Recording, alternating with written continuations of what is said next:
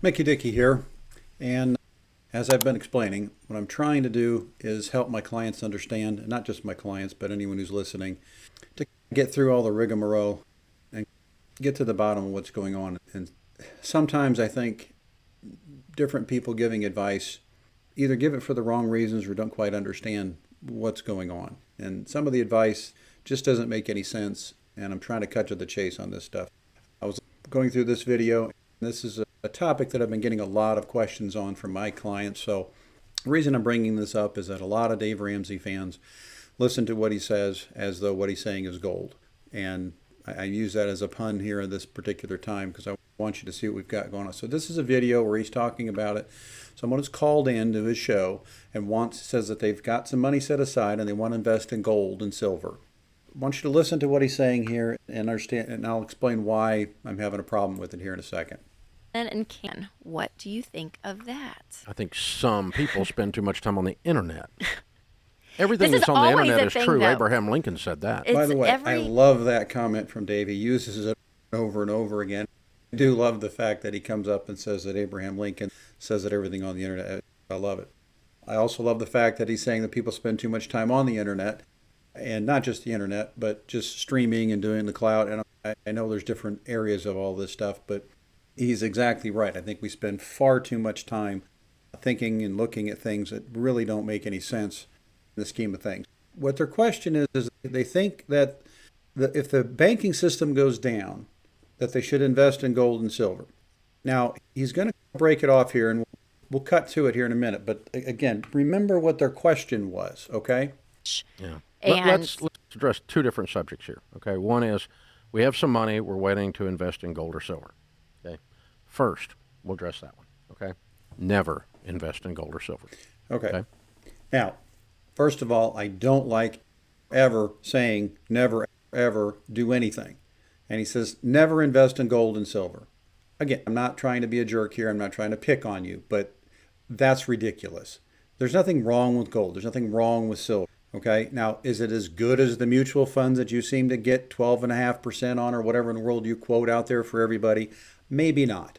But not everybody wants the volatility that you seem to be okay with on your mutual funds. Sometimes mutual funds last year, the majority of the ones you were talking about in the market, in the situations you talk about, they're making 12% on average. They were down 30, 40% in the last 12 months. Some people don't want to see that in their portfolio. They can't handle that kind of volatility.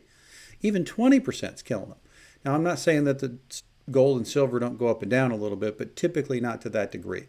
But again, are we actually answering the question that these people are having? Just everything. You look at the track record of Bernie Madoff. Really bad idea. Everybody lost all of their money. You got conned. You look at the track record of gold. For the last 60 years, it has averaged around 2% a year. Okay, so a whole lot going on there that I want to discuss. Now, he comes up with cryptocurrencies and said everybody's lost all their money in crypto. Again, there might be some people who did, but again, it's not an all or nothing situation. Not everybody lost their butt in crypto.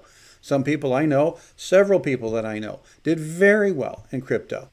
Again, not suggesting it, but I'm just saying it's not everybody. The bigger issue that I want to go on is that he talks about the return of silver being 2%. So here is just a very simple chart. I just pulled it up. I Googled it. This is the first place I came to. 1971 to 2022. The return of gold, 7.78%. Not sure where he's getting the 2 from. I'm not saying it's right, wrong, or indifferent. But since 71, it's done 7.78% versus the U.S. stocks being at 10, which everybody's heard me talk about emerging markets, and I've never been a big believer in them. And the bonds, gold's done better than both of them. Again, just saying, I'm not sure where he's coming up with this. And this was another site, again, 8.3. It might be the same. I don't know, because here you can see my search engine. It doesn't make a whole lot of sense to me where he's coming up with his numbers. We'll keep going here, but there's a lot going on there that doesn't make much sense, Dave. That sucks. It's not mad over a lifespan of investing. Yeah, there's been little blips based on fear or greed, but gold sucks as an investment. Again, the main reason most people invest in gold, especially investors who invest in stocks and mutual funds and stuff, typically speaking, there is a negative correlation to gold in the stock market. Usually, when the stock market goes up, the gold kind of goes down or sideways because people are taking their money out of gold and putting it into stocks because they get a better return typically. On the inverse, when the market goes down, typically speaking, gold usually gets its all-time highs because people take their money out of stocks that are more volatile and put it into gold, which is why recently gold has been continuing to hit an all-time high because of it. So again, not the facts don't back up what Dave is saying here. And again, I'm not suggesting that you buy gold or I'm not my point. The point is there's a lot of inconsistencies in what he's saying here, and it doesn't make a whole lot of sense. Because again, if you talk to a financial advisor or anybody that does any type of investing, they're going to not, what he's saying makes absolutely no sense. In America, you need bullets. You don't need gold. Because now, this is one thing I have told many of my clients. And I'll continue to say this, and I agree with him 100%, because there's a lot of conspiracy theorists out there that talk about the collapse of this, that, or the other thing. And I'm going to have not a series, but there's a lot of questions I've had on this, and I've got some other videos I'm going to post on this to talk about it, because the conspiracy theorists are coming out in the droves right now with what happened with the banks here in the last month. But what he's talking about here is if the financial system truly collapses, gold is probably not going to become the big thing. He's right. We're going to have to be out there plowing our fields trying to make money. It's not going to be about gold or anything else. It doesn't matter how much you have or where it's going to be at. If the whole system goes down, we're all going to be out. And again, it doesn't matter if your money's in gold, 401ks, companies, whatever. It's all going to be done. So we'll listen to what he's saying here.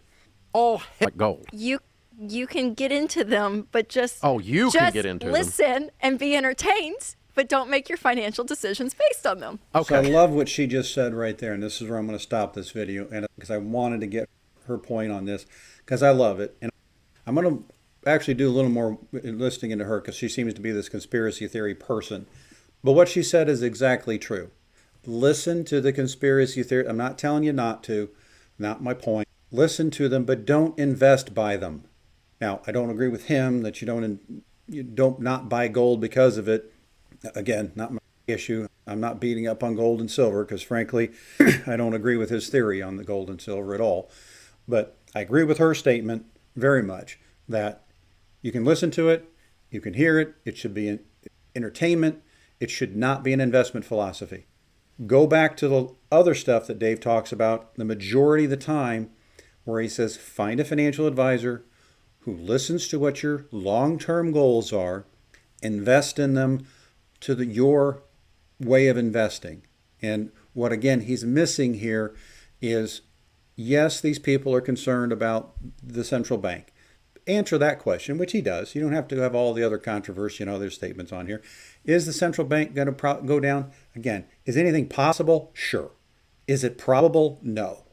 You'd have to have everyone's way of life gone completely upside down. And those of you say that, and I've got people that tell me that the Republicans are doing this, and the Democrats are doing this, and yada, yada, yada. Well, I'll tell you what, I don't go by any one of those ideas, and I'm not a Democrat or a Republican in that vein. But please understand, the world as we know it will completely change. And the people in Washington and the people who have billions and billions of dollars, they want to keep things the way they are because they like things the way they are. And if things change, their world's going to change. So I don't necessarily think bringing all that into this is really going to help. But I love what she said there, and this is my real basis on this. Whatever your risk tolerance is what you need to be looking at here. And it's just like all of his other investment information. It's for him. And if you have any question about what his risk tolerance is, listen to a couple of his videos. I was listening to one a few weeks ago, and he talked about the fact that the market was down. And I was listening to it a couple weeks ago. I think he did it last summer or whatever, when the market was down, the NASDAQ was down 38%. He said he hadn't even looked at his portfolio. And again, I'm happy that he's got in a position where he doesn't have to look at his portfolio, and financially he really doesn't need to. If your portfolio is down 38%, that's concerning for most people who don't have the money that someone like Dave has. In the scheme of things, you can't just say don't look at it. And when all of your investments are basically a growth portfolio or growth in income, and you're 70 years old or you're 65 years old and just getting ready to retire, this doesn't work for you. So Don't like what he's saying here because it doesn't take into consideration what people's true risk tolerance are. So sit down with your financial advisor and put together a plan that actually works for you. How much should you have in fixed income? How much should you have in growth? How much should you have, depending on your age and where you're wanting to go and how much money you have?